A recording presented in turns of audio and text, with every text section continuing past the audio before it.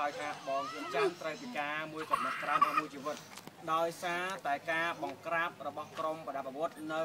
មុខវត្តស្ទឹងមានជ័យថ្ងៃទី12 ខែ 11 2013 ហើយបងហ៊ុនចាន់គឺជានិស្សិតផ្នែកទីផ្សារបងណារៀនចប់ហើយនៅខ្វះតែ4 ខែទៅទេក៏ប៉ុន្តែឥឡូវនេះផ្នែកទីផ្សារត្រូវបានបញ្ចប់ដោយសារអីគឺគាត់មិនអាចដើរហើរបានផ្នែកទីផ្សារយើងត្រូវការដើរអញ្ចឹងណាទៅគ្រប់កន្លែងប៉ុន្តែឥឡូវនេះក្នុងទឹកចិត្តរបស់គាត់សំណូមពរគាត់ឈឺចាប់គាត់ចង់ជួយដល់សង្គមជាតិ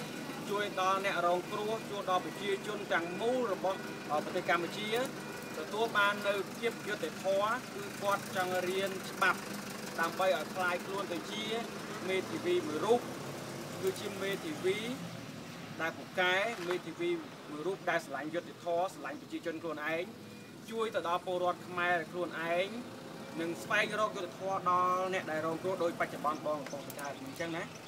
អូខេឥឡូវគឺមកសូមសំណូមពរឲ្យបងប្អូនទាំងអស់គ្នាជាពិសេសបងប្អូននៅបណ្ដាប្រទេសផ្សេងបើសិនបងប្អូនមានចិត្តស្រឡាញ់តែងតែឧបត្ថម្ភថវិកាតាមរយៈខ្ញុំជូនដល់បងហ៊ុនចាន់ដែលជានិស្សិតពិការរៀនបន្តទៀតនៅផ្នែកច្បាប់ដើម្បីជួយស្វែងរកជួយព្យាយាមជួយសង្គ្រោះរួមជាមួយនឹងគណៈបកសង្គ្រោះជាតិសង្គ្រោះវប្បធម៌ទឹកដីប្រជាជនយើងឲ្យទទួលបាននៅយុត្តិធម៌សូមមេត្តាផ្ដល់ថវិកាទៅដល់បងហ៊ុនចាន់ដើម្បីរៀនបន្តបញ្ចប់នៅ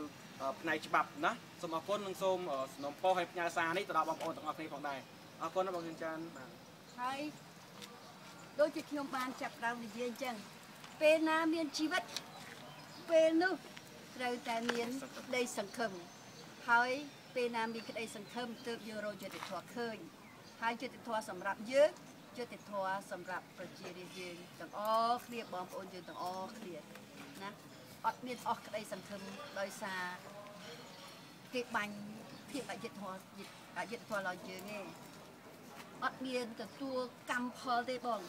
កុំទទួលកម្មផលនឹងក្រោកឈរឡើងក្រោកឈរផ្លូវចិត្ត